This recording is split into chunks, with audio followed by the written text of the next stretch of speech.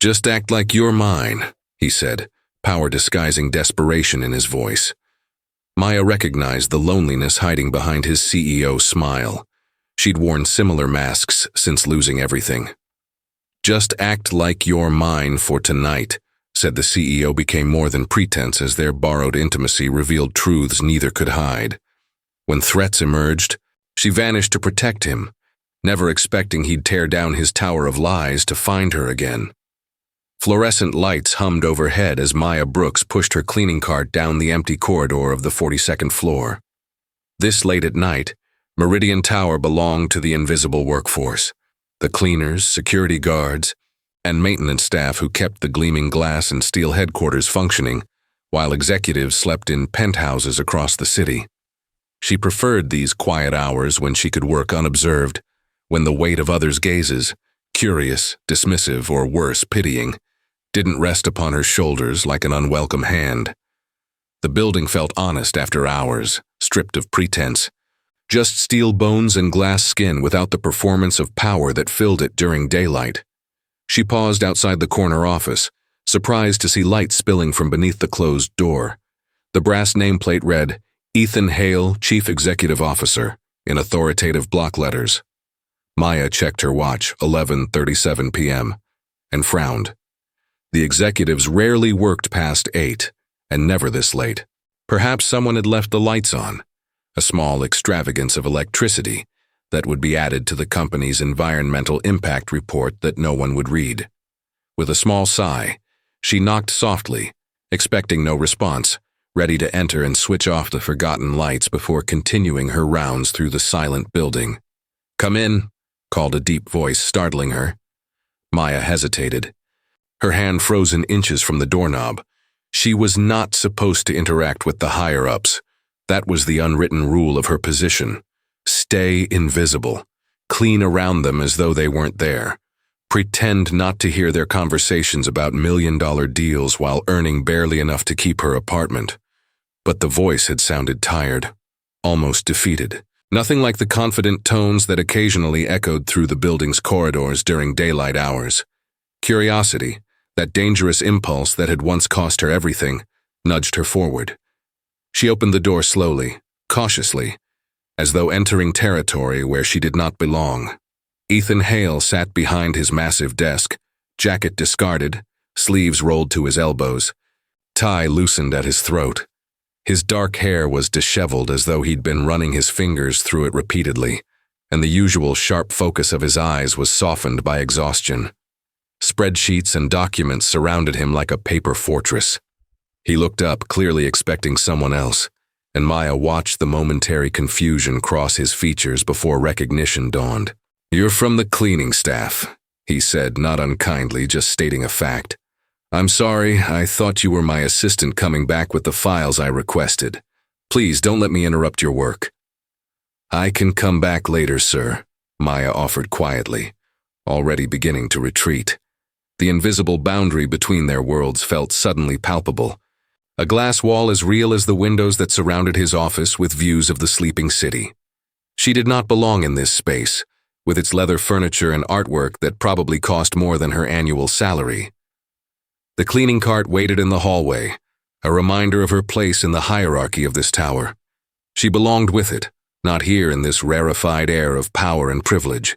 Yet something in his expression made her pause, a flicker of something that looked almost like loneliness, quickly masked behind professional courtesy. "No, please," he said, gesturing vaguely at the room. "Go ahead. I'll work around you." He returned his attention to the papers before him, but Maya could tell he wasn't really seeing them. His eyes moved across the page without focus, and the tension in his shoulders spoke of concerns far heavier than quarterly reports. Maya moved quietly around the office, emptying wastebaskets and dusting surfaces with practiced efficiency, aware of his presence but pretending, as she always did, that the room was empty. This was their usual dance, the powerful and the invisible occupying the same space without acknowledgement. Yet tonight, something felt different in the air between them, charged with an unfamiliar current that made her movements less automatic, more conscious. "You're Maya Brooks, aren't you?" The question cut through the silence so suddenly that Maya nearly dropped the glass paperweight she was carefully dusting. She turned slowly, finding Ethan's gaze fixed upon her with an intensity that made her stomach tighten. Nobody at Meridian Tower knew her name. She was simply part of the uniform, a function rather than a person. She'd made sure of that, keeping her head down, avoiding conversation, erasing herself as thoroughly as possible after the headlines and whispers of her past had faded. Being recognized meant being remembered, and being remembered meant someone might eventually make the connection to who she had once been. Former aerospace engineer at North Star Aviation, he continued, watching her reaction closely. The whistleblower who exposed the safety violations on their commercial fleet 3 years ago. The paperweight felt suddenly heavy in her hand, a solid anchor in a room that seemed to be tilting beneath her feet. "You've confused me with someone else," she replied automatically, the denial practiced and ready. It was her standard response on the rare occasions when someone thought they recognized her from the news stories that had briefly made her name synonymous with either corporate betrayal or courageous truth-telling, depending on which channels one watched. She placed the paperweight back on his desk with deliberate care, ensuring her fingers didn't tremble. "I'm just the night cleaner for this floor." The words tasted bitter, not because of the humble occupation, there was dignity in all honest work, but because of the erasure of her past identity, her accomplishments, her training. The years of education and dedication wiped away by one act of integrity that powerful men had deemed inconvenient. Ethan leaned back in his chair, studying her with eyes that seemed to peel away her carefully constructed anonymity. "I know exactly who you are, Ms. Brooks. I make it my business to know everyone who works in my building, especially those with your particular background." He stood then, moving around the desk with fluid grace that spoke of expensive suits tailored to conceal the athletic frame beneath.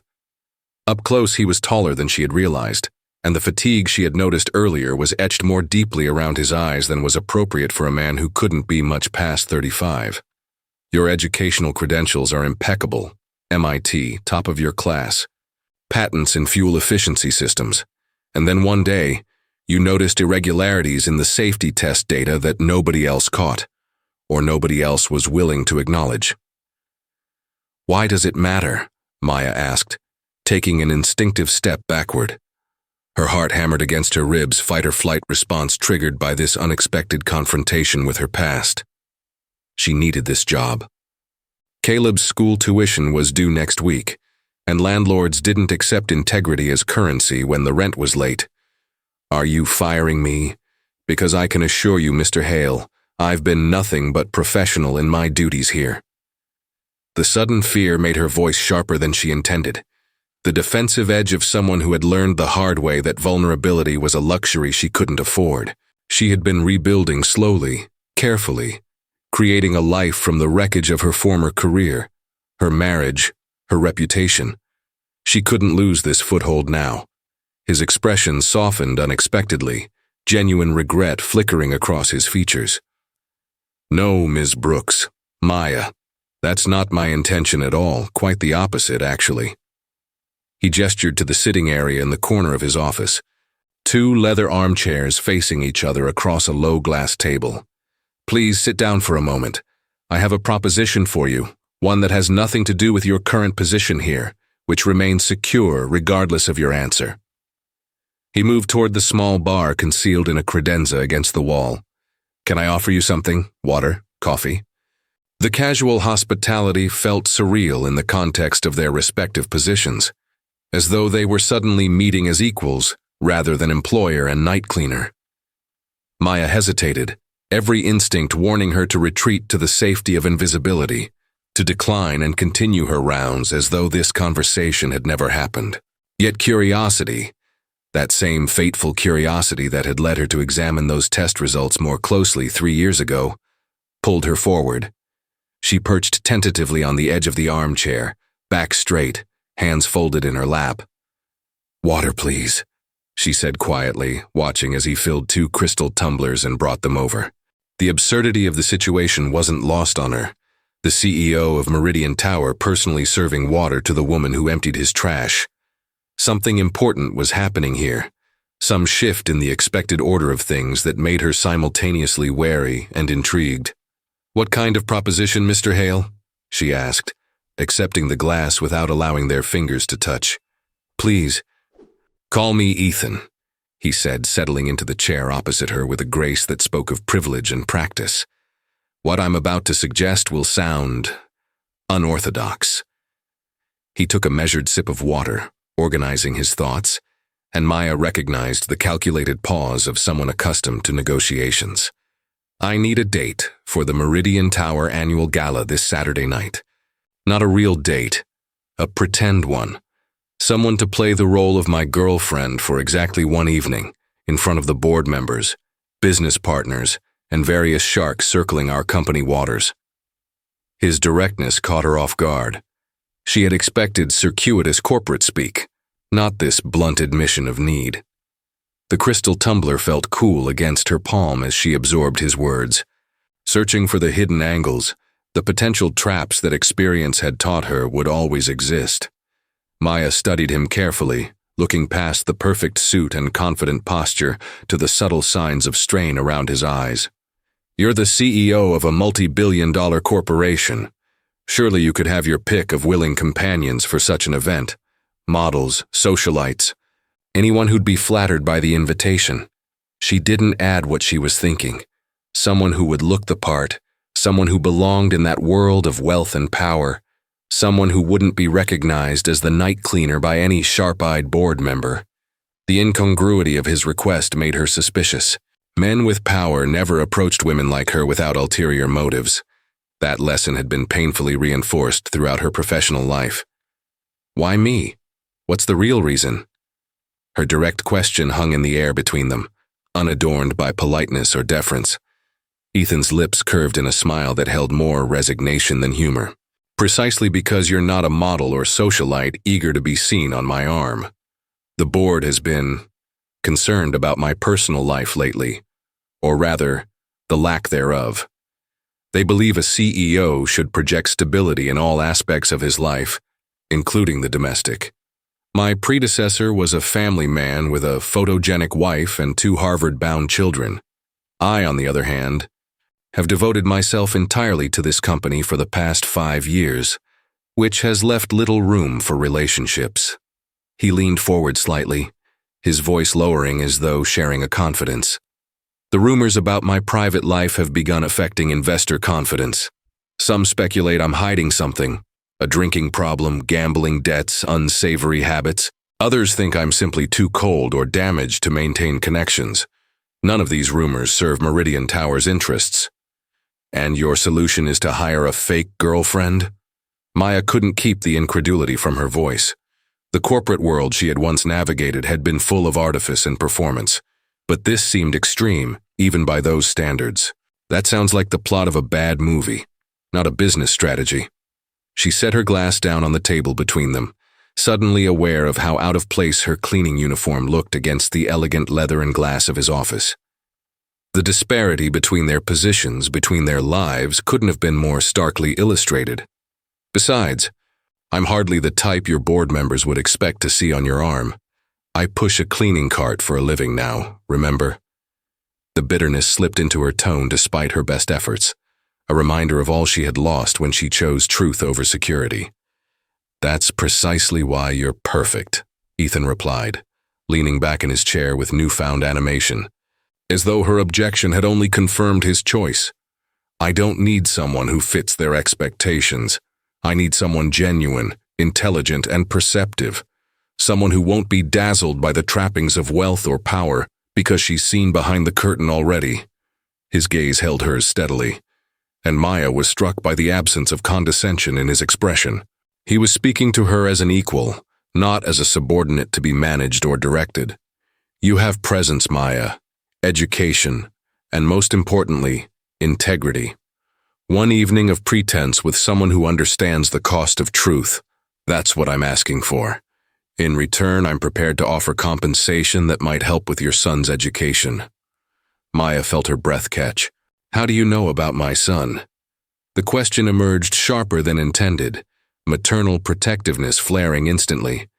Caleb was her center, her purpose, the reason she had rebuilt her life from the ashes of her former career and marriage. She had been meticulously careful to keep her personal life separate from her work, especially at Meridian Tower, where anonymity was her shield. The thought that Ethan Hale had been investigating her, that he knew about Caleb, sent a chill through her that had nothing to do with the office's efficient air conditioning. Her mind raced through possibilities. What else did he know? How closely had he been watching her? The power imbalance between them suddenly felt more pronounced than ever, a yawning chasm she had been naive to think they could bridge even momentarily. "I apologize," Ethan said quickly, reading the alarm in her expression with surprising sensitivity. "That was intrusive of me. When I was considering who might help me with this situation, I reviewed the personnel files of several employees. Yours mentioned a dependent." He set his own glass down, leaning forward with elbows on his knees, shrinking his commanding presence into something less intimidating. "I'm not monitoring you, Maya. I simply wanted to understand who I was asking for help." The explanation was reasonable, logical even, but it did little to dispel the uneasiness that had settled in her stomach. In her experience, powerful men didn't notice the invisible workers unless they wanted something, and what they wanted rarely benefited anyone but themselves. Maya stood abruptly, needing the psychological advantage of height, needing to reclaim some sense of control in this increasingly surreal conversation. Through the floor-to-ceiling windows behind Ethan's desk, the city sprawled beneath them, a glittering tapestry of lights and shadows. From this height, individual struggles disappeared into a collective pattern of existence, anonymous, insignificant. She had once moved through the world with confidence, her credentials and accomplishments a armor against dismissal. Now she navigated spaces like this office as a ghost, seen but not noticed, present but not acknowledged. Until tonight, until this man with his proposition that felt both insulting and tempting. What exactly would this arrangement entail, and what are you really offering in return?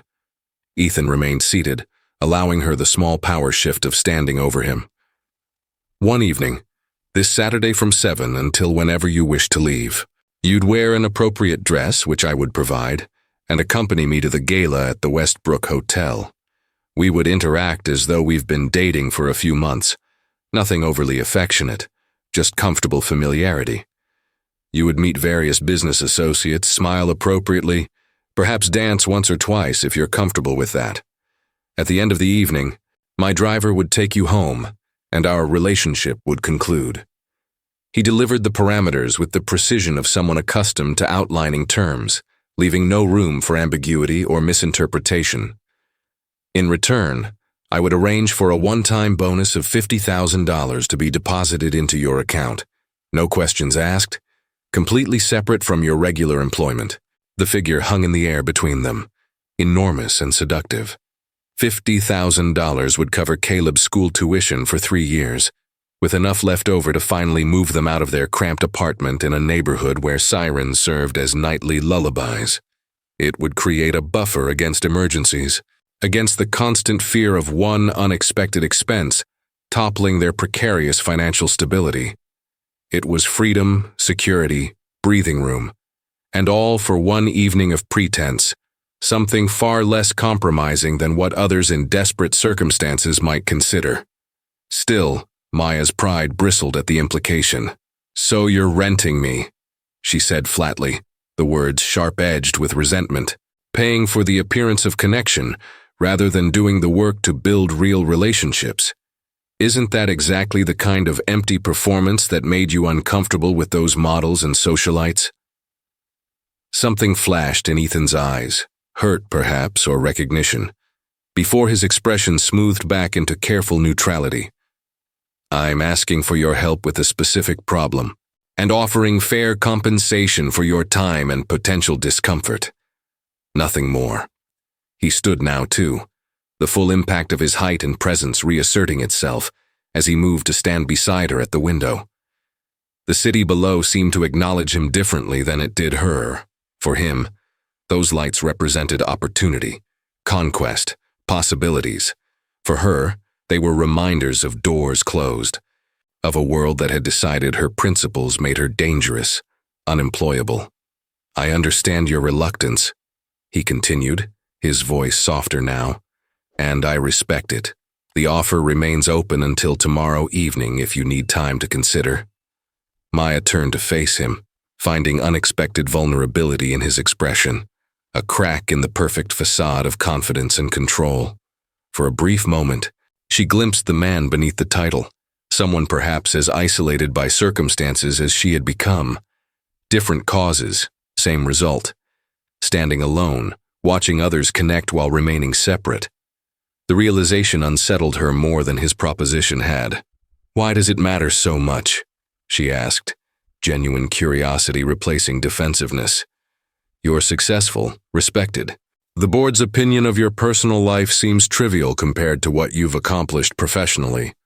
She didn't add that she had researched Meridian Tower before accepting even this humble position, learning that under Ethan Hale's leadership, the company had become an industry leader in both profitability and ethical business practices, a rare combination in the corporate world she had once inhabited. Ethan's gaze remained fixed on the city below, his reflection ghostly against the darkened glass.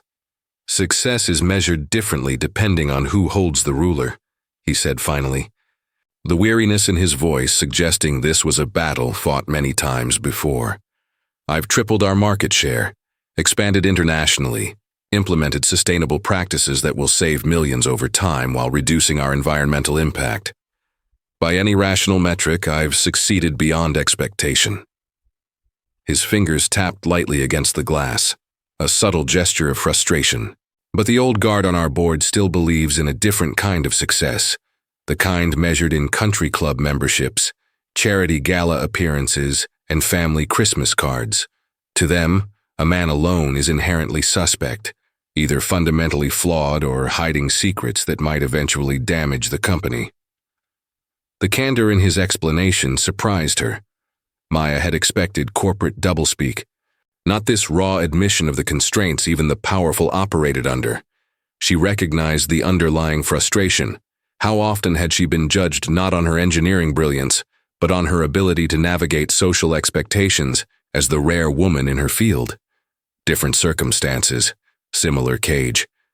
"And one evening with me is supposed to change their perception. Make them believe you're suddenly well-adjusted and socially competent?"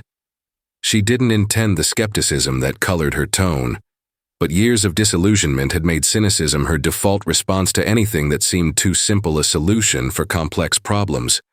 The proposal still felt like a band-aid over a deeper wound. Not change, necessarily. Just quiet the immediate concerns long enough for the Henderson merger to proceed without distraction, Ethan replied, turning from the window to face her directly. The soft overhead lighting caught the angles of his face differently now, emphasizing the determined set of his jaw, the intensity that had likely driven him to his current position. "I don't need them to believe I'm suddenly a different person, just that there's more to me than spreadsheets and strategy sessions, that I'm capable of connection." Something in his expression shifted then, vulnerability briefly replacing the practiced confidence. "The irony isn't lost on me, by the way. Faking a relationship to prove I'm capable of real ones, but corporate politics rarely prizes authenticity over appearance." Maya studied him, weighing sincerity against manipulation, need against strategy. Her years in corporate America had taught her that the two were often indistinguishable, especially in men who had climbed as high as Ethan Hale. And after Saturday, when your fake girlfriend mysteriously disappears, won't that raise more questions than it answers? She moved away from the window, needing distance from both the dizzying view and his disarming honesty.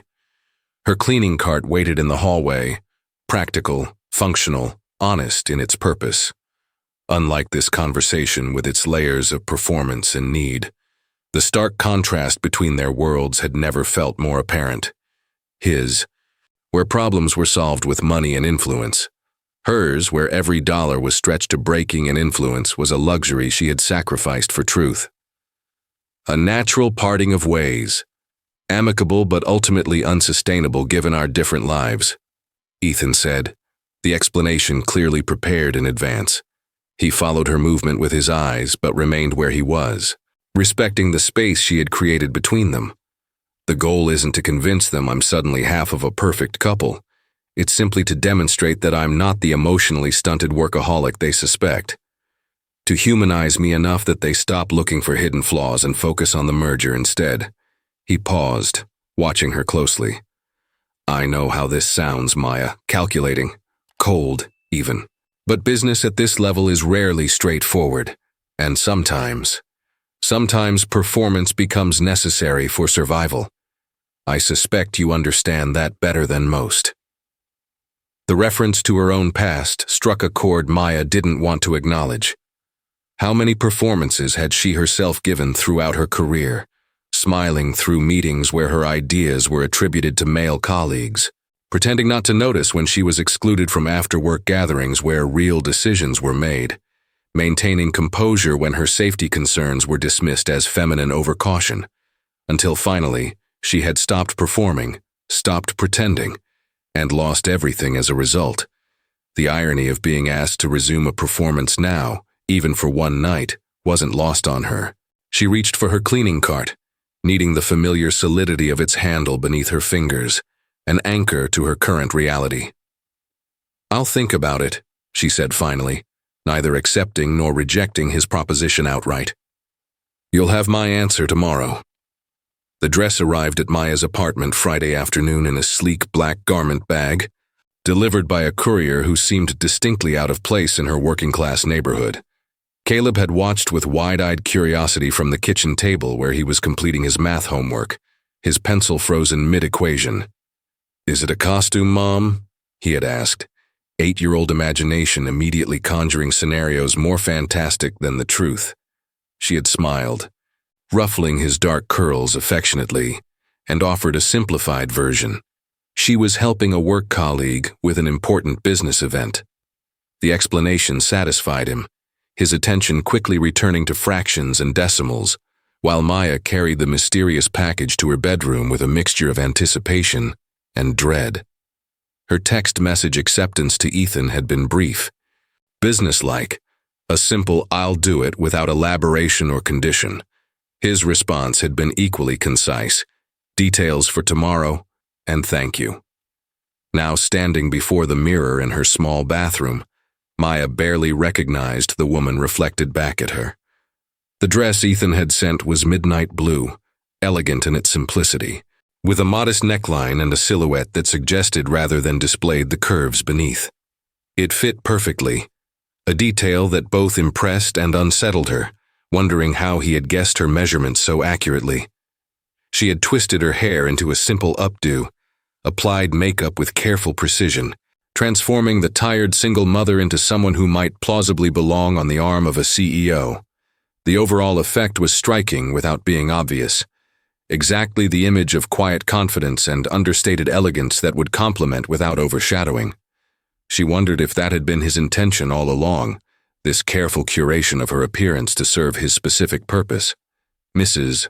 Rodriguez from across the hall had agreed to watch Caleb for the evening, a kindness Maya rarely requested, despite the older woman's frequent offers. You look beautiful, mija, she had said when Maya emerged from her apartment, her wizened face creasing with genuine pleasure. Like a star from the old movies. Caleb had been more direct in his assessment.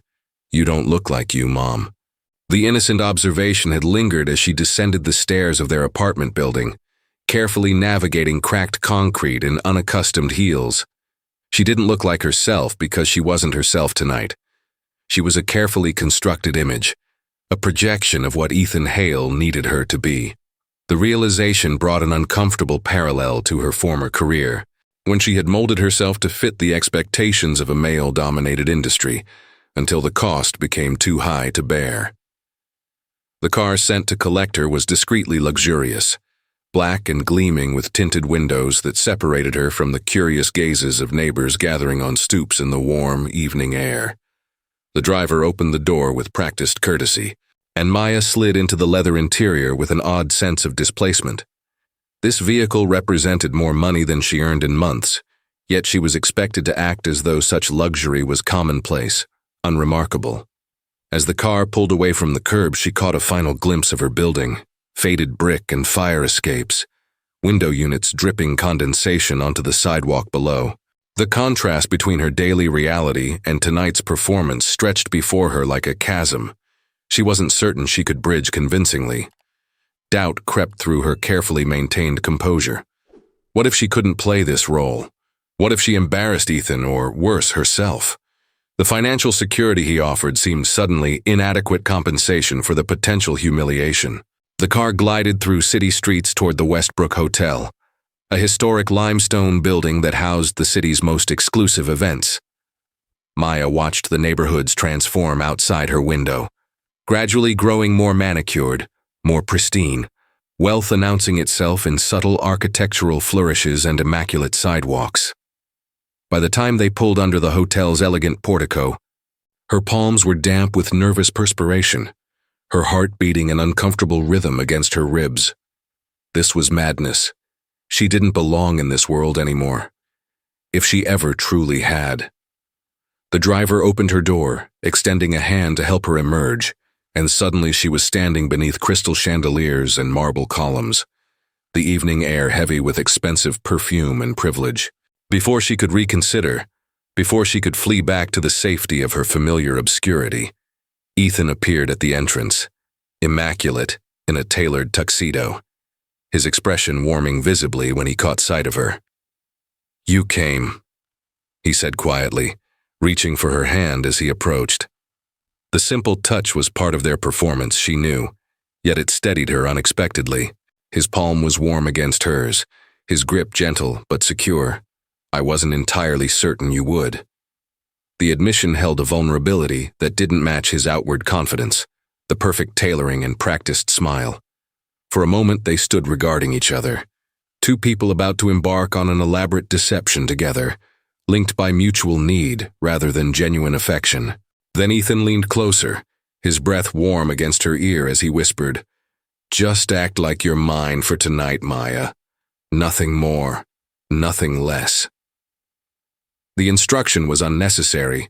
They had already established the parameters, yet something in his tone made it feel less like a business arrangement and more like an invitation to a shared secret.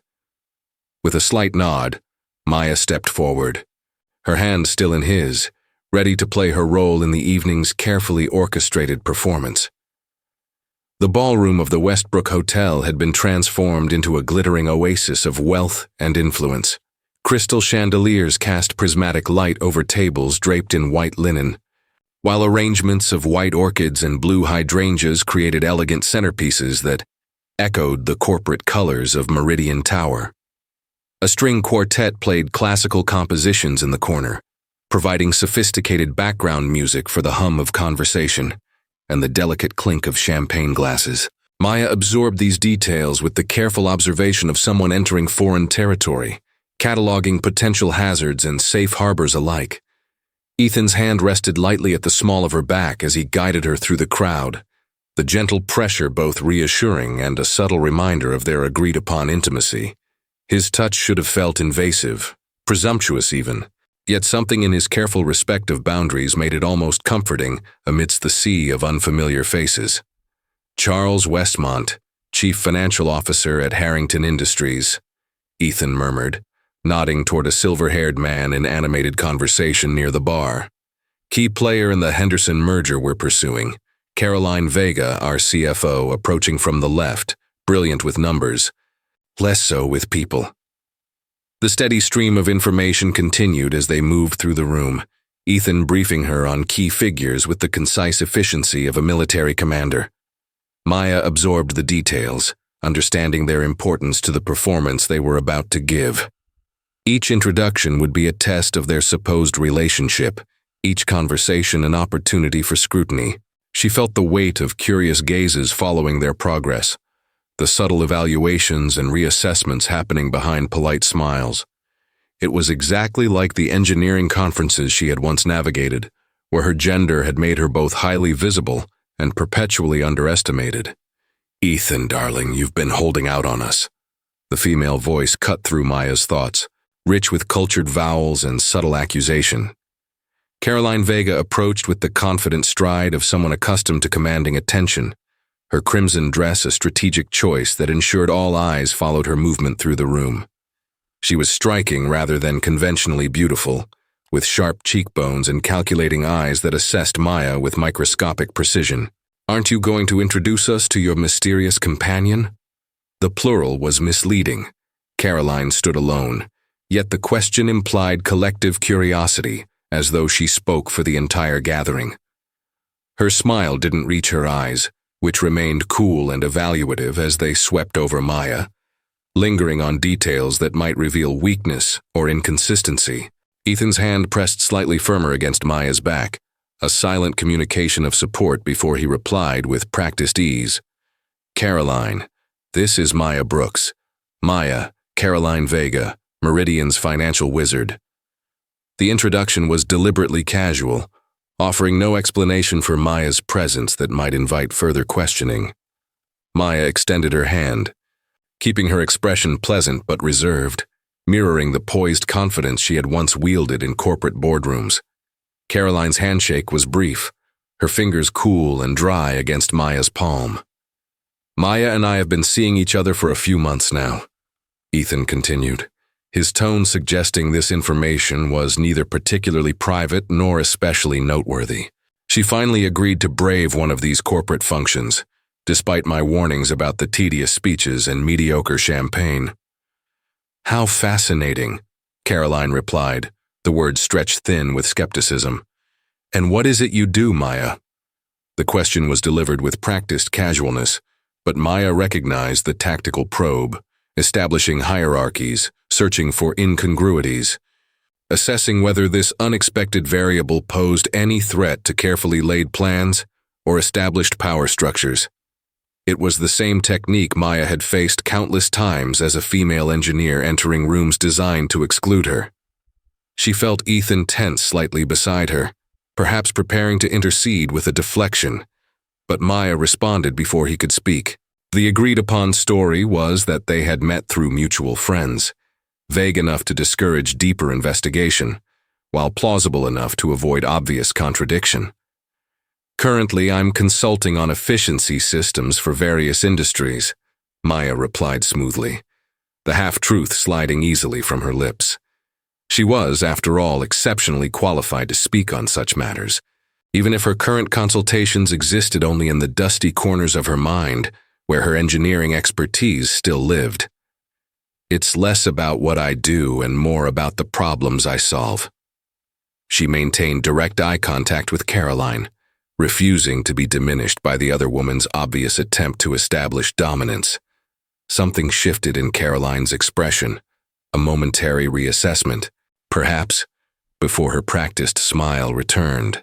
The exchange lasted only seconds, yet Maya sensed a boundary had been established, a silent acknowledgement that she would not be easily dismissed or categorized. Beside her, Ethan's posture relaxed incrementally, his fingers tracing a small, appreciative circle against the fabric covering her lower back. Hours into the evening, Maya found herself momentarily alone at their assigned table, watching Ethan across the room as he engaged in conversation with a group of board members.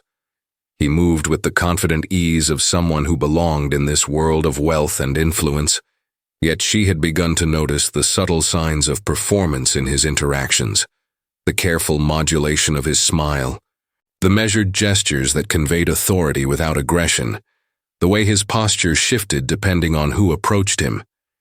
It was a masterclass in corporate theater, one she recognized from her own past life navigating male-dominated engineering spaces. The realization created an unexpected sense of kinship between them, fellow performers in different but equally demanding roles. The champagne in her glass caught the light as she raised it to her lips, bubbles rising in elegant streams that reminded her of problems seeking surface resolution. "He seems different with you," said a deep voice to her right, startling her from her observations. Maya turned to find an older man lowering himself into the chair Ethan had vacated earlier.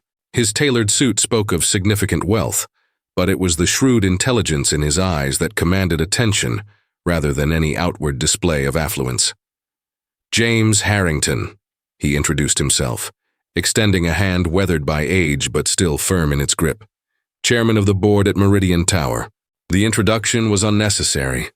Maya had memorized the key players from Ethan's briefing, but she accepted the handshake with appropriate deference, immediately alert to the potential significance of this interaction.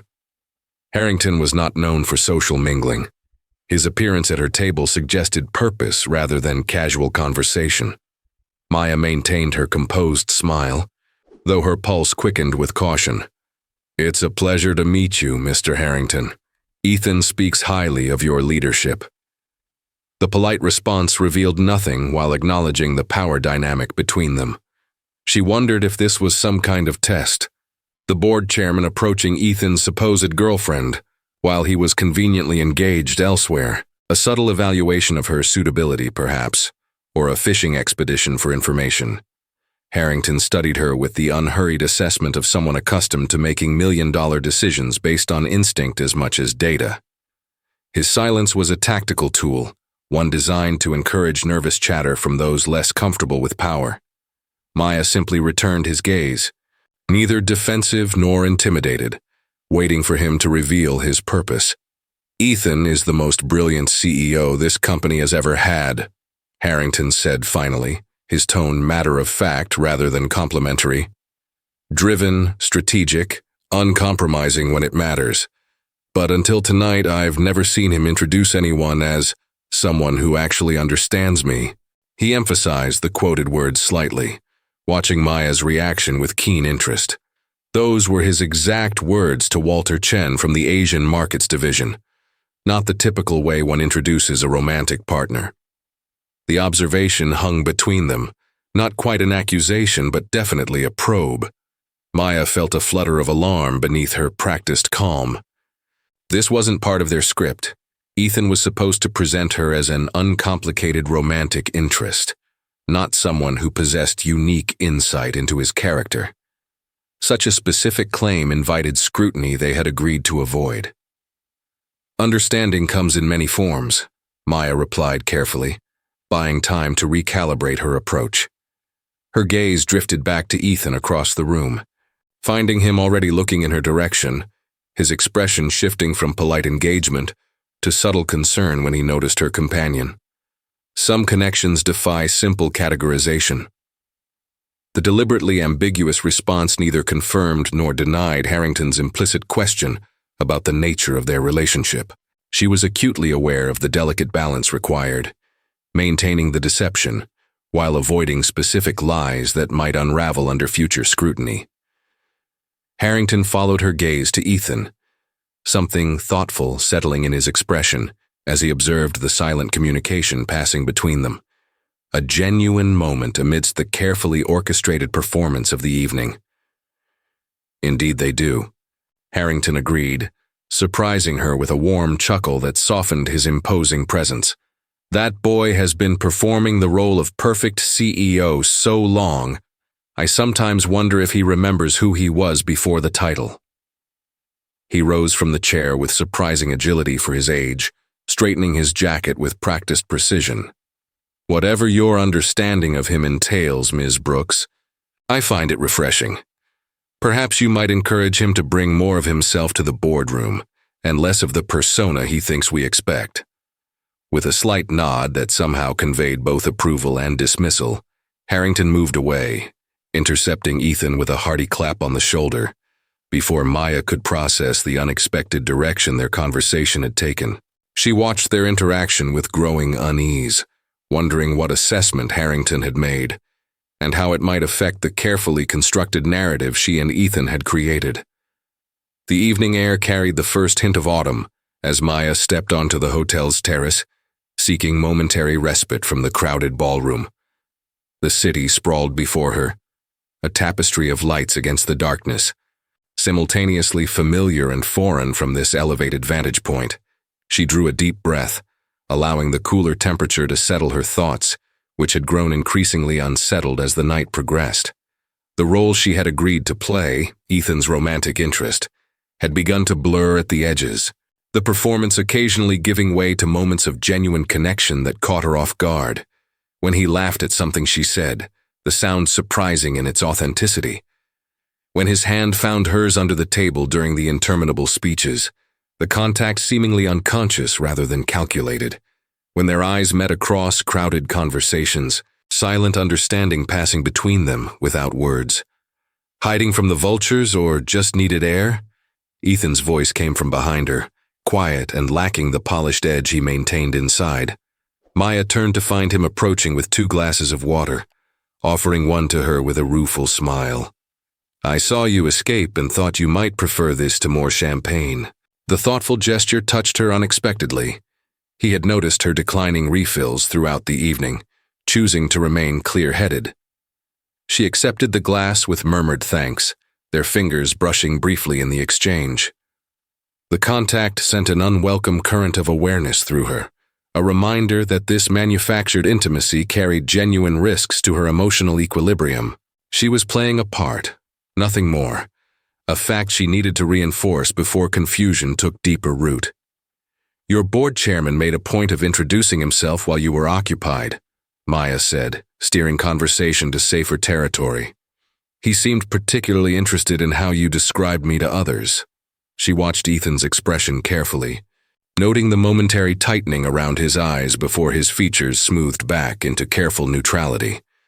"Something about me being someone who actually understands you. Not exactly the script we discussed." The gentle admonishment held a question she wasn't entirely sure she wanted answered. Understanding required insight, perception, qualities that suggested a deeper connection than the superficial relationship they were meant to be portraying. Had Ethan somehow seen past her carefully constructed facade to the woman beneath? Or was this simply another layer of performance, one she hadn't been briefed on? Ethan leaned against the stone balustrade, his posture more relaxed outside the scrutiny of his corporate associates. "Harrington notices everything," he said, resignation coloring his tone. "I should have warned you about him specifically." He gazed out at the cityscape, his profile sharp against the backdrop of scattered lights. "As for my description of you, I apologize if it complicated your role. It wasn't planned." The admission carried a vulnerability that seemed at odds with the confident CEO who had orchestrated this elaborate deception. He turned to face her fully, the careful distance between them both physical and metaphorical. "But it wasn't untrue either. You do understand. The performance, the calculations, the constant awareness of how others perceive you. The weight of decisions that affect lives beyond your own." Maya felt suddenly exposed, as though he had articulated something she had carefully hidden even from herself. The recognition of shared experience, different circumstances but similar burdens, created a dangerous intimacy she hadn't anticipated when accepting his proposition. "We made a deal, Ethan," she reminded him quietly, hearing the defensive edge in her own voice. "One evening of pretense in exchange for financial security, not whatever this is becoming." She gestured vaguely between them, unable to name the subtle shift that had occurred over the course of the evening. She had agreed to perform a role, to present an image that served his purposes. She had not agreed to be seen, truly seen, in ways that made her vulnerable to disappointment or hurt when reality inevitably reasserted itself at evening's end.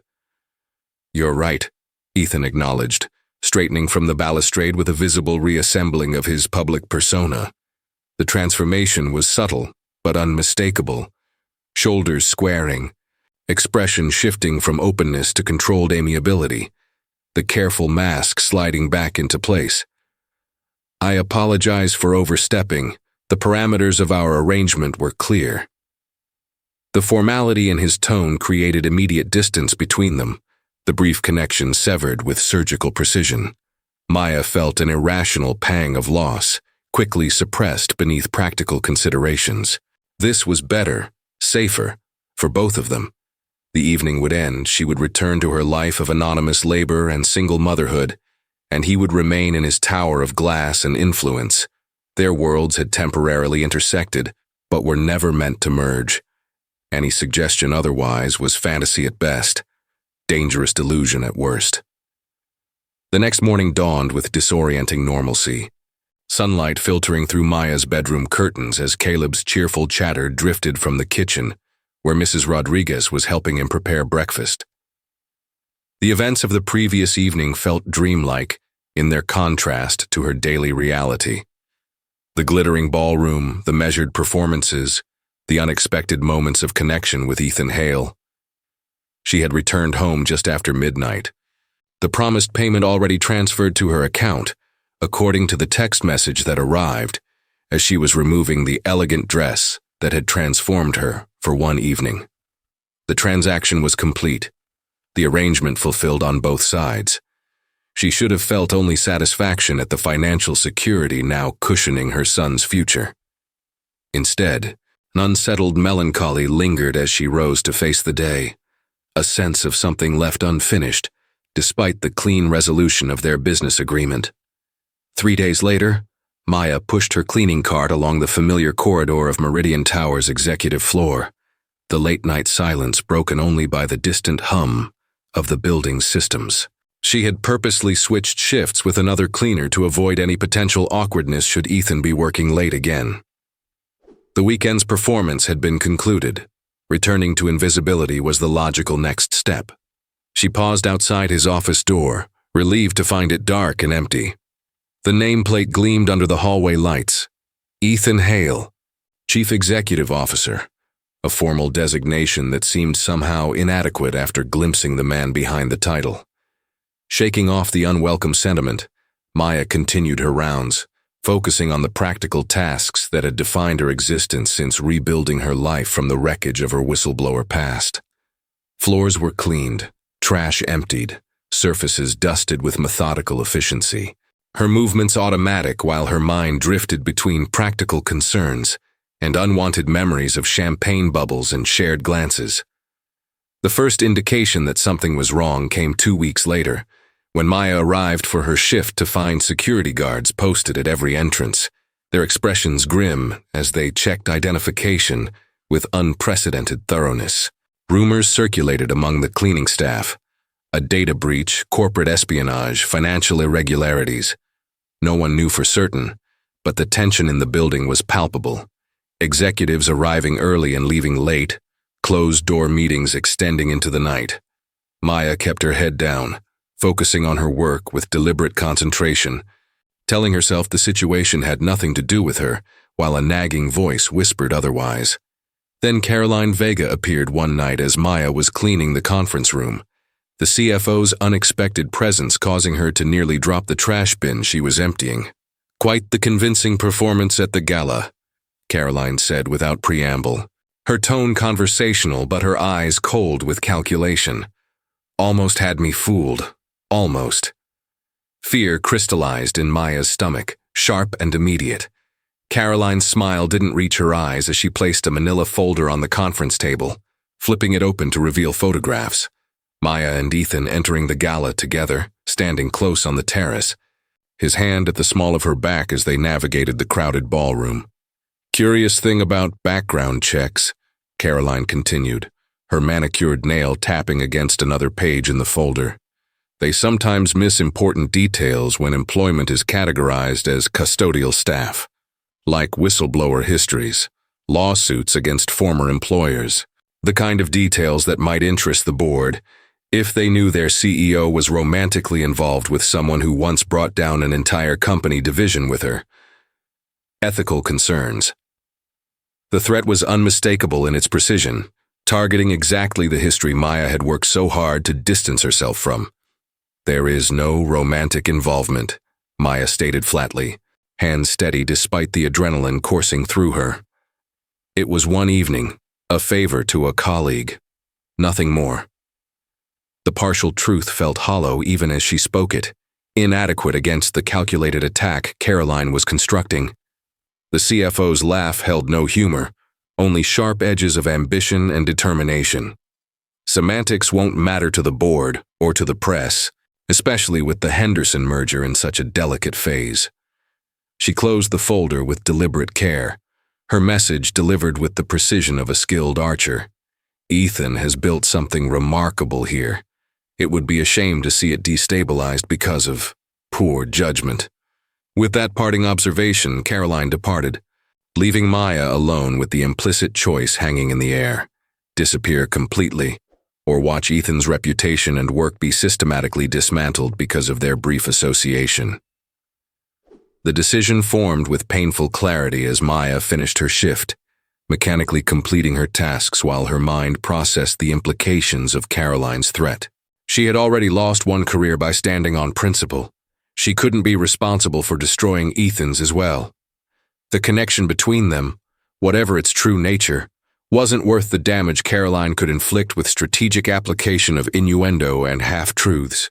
Maya submitted her resignation the next morning through proper channels, citing family obligations that prevented her from continuing employment. She ignored the text message from Ethan that arrived that evening, asking for explanation, for conversation, for anything beyond her sudden disappearance. The clean break was kindest for both of them. He would continue his corporate ascent unencumbered by association with her complicated past, and she would rebuild once again, using the payment from their arrangement to create new opportunities for herself and Caleb. The logic was impeccable, the decision rational. Only the persistent ache beneath her ribs suggested otherwise. A week later, as Maya was helping Caleb with a school project at their kitchen table, a knock at the apartment door interrupted their concentration. She opened it cautiously, security chain in place, to find Ethan Hale standing in the dingy hallway, looking simultaneously out of place in his tailored suit and strangely right in his direct gaze and determined expression. "You left without saying goodbye," he said simply. No accusation in his tone, only genuine confusion.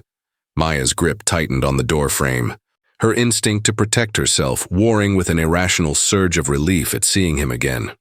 Behind him, the hallway stretched empty and silent, no security detail or executive trappings accompanying him to her modest apartment building. He had come alone, shedding the protective layers of his position to stand before her as simply a man seeking understanding.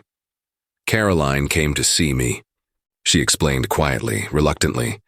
"She made it clear my history could damage you, damage Meridian Tower. I thought it was better to remove the problem entirely." Ethan's expression shifted to one she hadn't seen before, anger carefully contained but unmistakable in its intensity. "Caroline has been suspended pending investigation," he said, the controlled precision of his words betraying the depth of emotion beneath.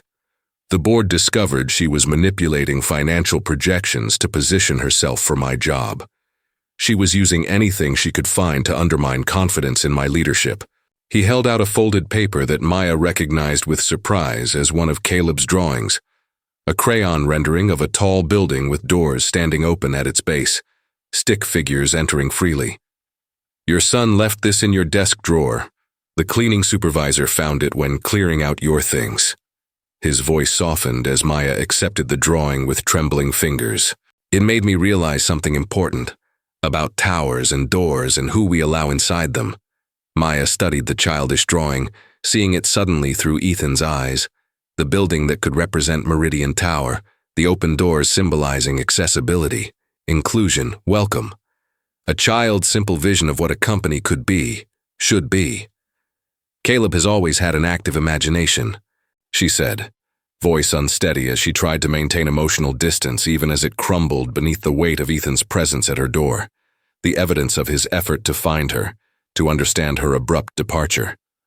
The protective barriers she had constructed between them, between their worlds, suddenly seemed less like wisdom and more like fear disguised as practicality. She looked up to find Ethan watching her with an openness that made pretense impossible, his gaze holding hers with quiet certainty rather than the calculated charm he wielded in corporate settings. "Just act like you're mine for tonight," he had said at the gala entrance, establishing the parameters of their performance. Now he stood at her apartment door with different words, different intent. "I don't want any more pretending, Maya. Not between us." The simple declaration hung in the air between them, an invitation rather than a demand, leaving space for her choice, her agency. Behind her, Caleb called from the kitchen table, asking for help with his project. Before her stood Ethan Hale, CEO of Meridian Tower, A man who had glimpsed her true self behind careful masks and sought her out not for performance, but for possibility. Maya hesitated at the threshold between worlds, between past and potential future, before slowly unlatching the security chain, opening the door wider in silent welcome. Some towers, she realized, were meant to have open doors after all.